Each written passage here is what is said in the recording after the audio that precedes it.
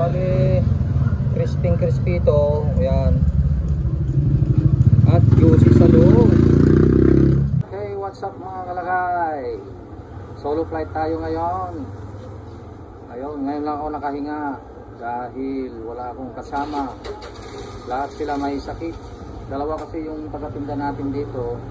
Yung isa may sakit, yung isa naman nagbantay sa hospital, may sakit ang kanyang nanay. Kaya tayo ang nagbantay solo flight dahil yung si kapatid naman ay nasa kabilang pwesto sa may wet market at absent din yung taga-tinda doon. Kaya tatlo yung kasama natin na vendor na absent ngayon mga kalakay. Kaya tayo na lang ang magtitinda mga kalakay. At pagod man ang katawan pero makakatipid tayo ng labor. O diba? Ito tapos na akong magluto guys. Medyo nakahinga-hinga na din. Ayan o. Ito yung last salang natin marami pa tayong ibebenta rito. Ayan. Mga 40 pieces. 40 to 50 pieces pa yan. Tsaka yung small natin meron pang mga kulang 20 siguro. Yung skin natin marami pa. Ito mga ano pa 2, 4, 6, 8, 9 siyam na tag 20. At meron din tayo doon yung big natin tig 50. Yan. Meron pang tatlo yung tig 50 natin. Ayan, tignan natin yung natirang mga marinated chicken natin. Ito, punong-puno ito kanina guys. Mga 50 kilos ang dala ko. Meron pang natira. Mga tatlo yata na supot. Mga pampaya, mga 6 kilos. Kulang 5 to 6 kilos. Ayan, siguro hindi na natin maluluto yan kasi maaga tayong uwi mamaya. Marami pa tayong gagawin sa bahay. Kaya ito na lang yung ipapaubos natin guys. Di bale at ang oras ay alas 11. Kaya meron pa tayong mga 2 to 3 hours na magtitinda. Yan, ayos-ayusin natin. Yan. Ito yung pan natin, no? Wings. Oh. Yan. Parang wings sa Jollibee. Ito yung legs natin, parang legs sa Jollibee sa McDo. Oh, di ba? Yan. Ano? Ito bali crispy ito. Yan. At juicy sa loob. Napaka juicy sa loob guys. Ayan.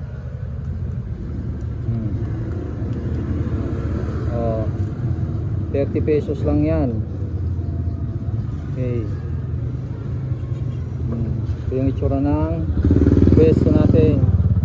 Medyo nakahinga-hinga na tayo. Hinto-hinto na tayo kanina. Hindi pa ako makahinga sa dami ng customer natin. Ayan, hiring tayo ngayon. Sales boy, sales girl. Kaya mag-apply na yung mga walang trabaho. Alright.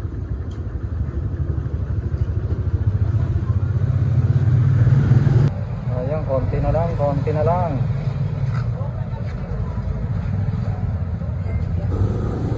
Mga kalakay, after mga 1 hour tumigil ako sa pagluto mga kalakay. Ayan, wala na tayong paninda, konti na lang wala, mahigit 10 na lang. Kaya magluluto tayo kasi maaga pa Ayan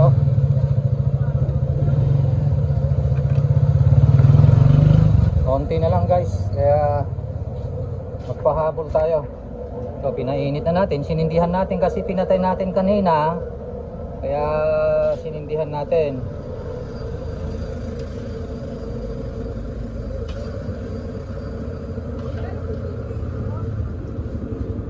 30 po. Ayan o.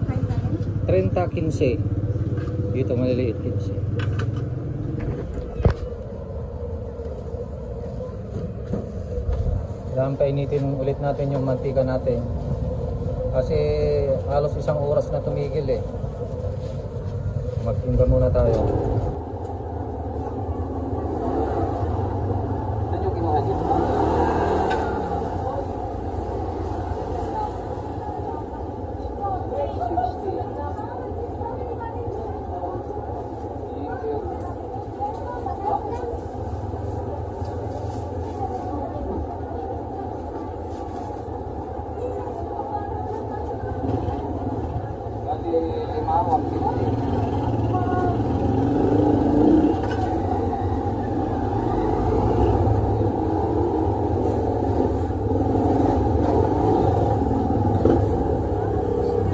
Ayun mga kalakay, tuloy-tuloy pa rin yung mga bumibili.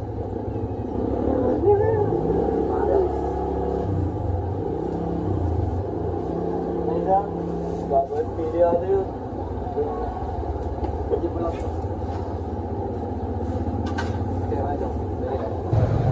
Oh, ayan, konti na lang. Oh, kaya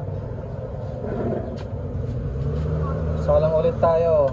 Di ba pwede yan kasi pinatay natin kanina eh, kaya malamig pa to. Kaya painitin natin.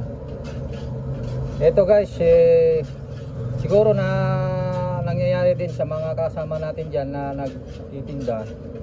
Kapag ka marami ka nang naluto, ito mga mahigit 40 kilos na ang naluto ko eh. Kaya medyo nag brown na yung ating mantika. At marami na tayong latak. O ito, napakaraming latak ito. Yan o. Puro latak yan. Kaya yung style ng pagsindi natin dito sa kalan natin, huwag masyadong malakas guys. Huwag masyadong malakas. Katamtaman lang. Ito yung malakas oh. O ganyan yung malakas. Pero huwag natin palakasin kasi masusunog. Katamtaman lang, ganyan. Medyo matagal yung pagpainit nito kasi pag pinalakas natin, mabigla yung mantika natin, masusunog yung ilalim. Kasi marami ng latak ito na nasa baba eh, na hindi kaya ng pang filter natin. Ito hindi kaya. Pagka ipifilter mong ganyan, walang makuha oh. Yan, walang makuha. Kasi naisama na dun sa mga dun sa mantika. Oh, walang makuha na. Natanggalan natin yung mga makapal na latak. Pero pagka pinalakasan mo ng apoy yan, masusunog dun sa ilalim. Maniwala kayo. Masusunog. Kaya ang style ganito. Ayan. Halu-haluin natin na ganyan. Yan. At hindi masyadong malakas yung apoy.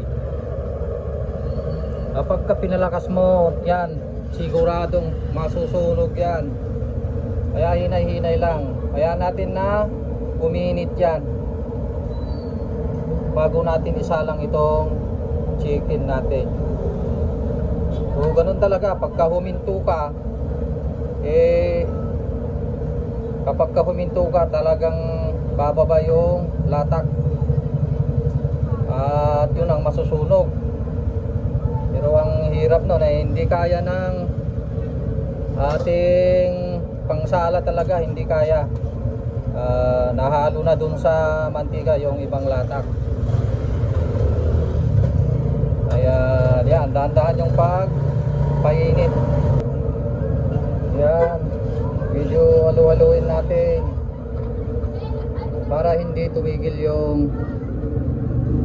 latak niya dun sa baba. Yun ang masusunog kasi. Biro mo, mga mahigit 40 kilos na yung naluto natin eh.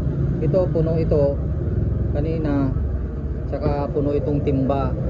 Kaya around 50 kilos yung ating dala kanina. Ayan, i-testing natin guys kung mainit na. Yan.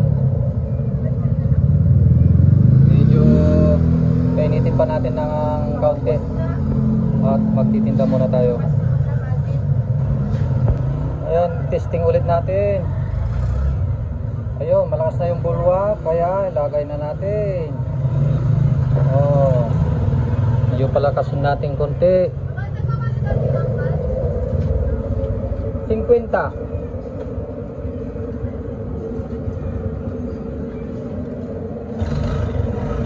Ayan. 15.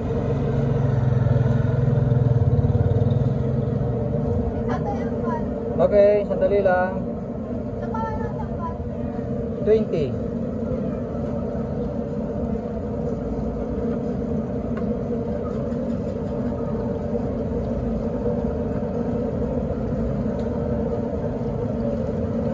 May customer tayo eh. Kaya multitask tayo ngayon. Tingnan mo na. Ayan. Ito na yung nangyari sa paninda natin, guys. Medyo ano natin, ayusin natin.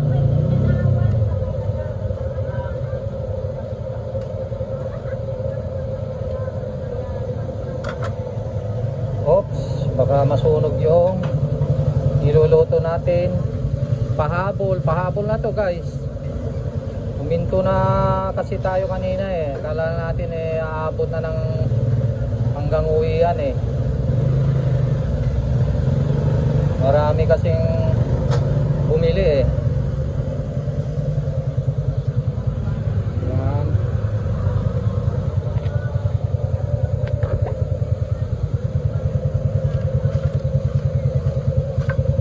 Ito yung tinatawag na maragmag.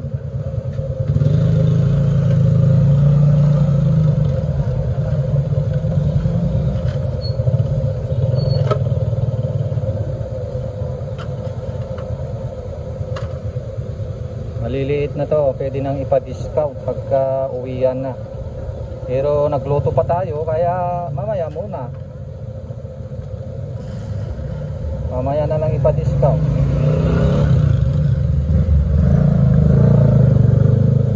Maliliit na yan kasi eh. Ayan. Okay. Ayan.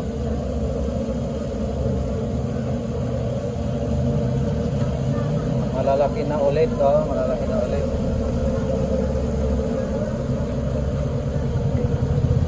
Okay, hanguin na natin, guys.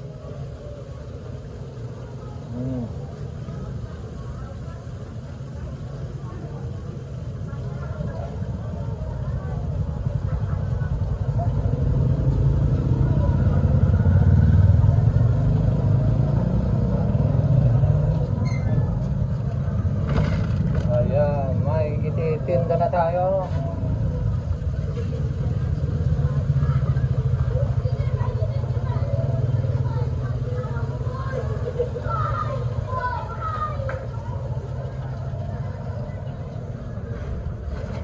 Ayan. Okay. Ang lalaki na ito.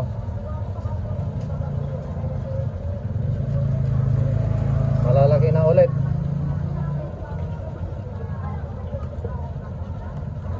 Kumusta naman kaya yung pera natin na pinagbintahan? Ayan, ito lang naman ang ating pinagbintahan, guys. Oh. Ayan din tayo tagwa 1K dito, tagpa 500. Mga kulang 10,000 siguro ito. Yan, yung ating pinagbintahan. Pwede na. Pero mga alas 12 pa lang, pwede pa tayong magbenta. Okay mga kalakay, hanggang dyan yung ating may share ngayon. Mag-isa tayo pero kayang-kaya natin. Ayan, ganun talaga ang negosyo. Maganda na yung may magtitinda sa pwesto natin kaysa wala. So ganun talaga pagka nagnegosyo tayo, kailangan ay hands on tayo mga kalakay. hindi maganda yung marami kang ang pwesto, pero pahinto-hinto naman yung pagtitinda dahil nga may problema din sa kalagayan ng mga tauhan natin kung minsan. Kaya ito, kailangan adjustable tayo. Tayo yung magtitinda kapag walang hindi pumasok yung tao natin. Ganun talaga mga kalakay. So sa kabila ay si Kabagat ang nagtinda doon dahil wala din yung taga-tinda doon. Kaya ganito yung style namin guys, tsaga-tsaga lang. Talagang kahit pagod, kahit puyat, ganun po talaga itong negosyong ito. Hands on at kailangan malakas yung katawan mo mga kalakay, dahil talagang maraming pagod ang kailangan dito na malakas yung katawan. Okay, hanggang dyan yung may share natin. Magandang araw po sa ating lahat.